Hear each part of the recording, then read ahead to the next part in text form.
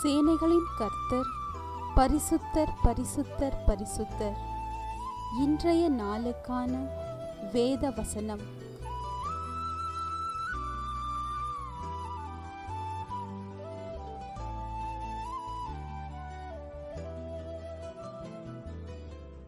உன் கிரியைகளை அறிந்திருக்கிறேன்.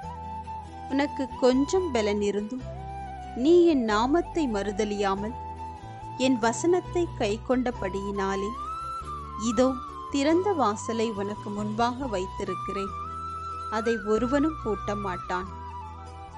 வெளிப்படுத்தின விசேஷம் 3ஆம் அதிகாரம் 8ஆம் வசனம்.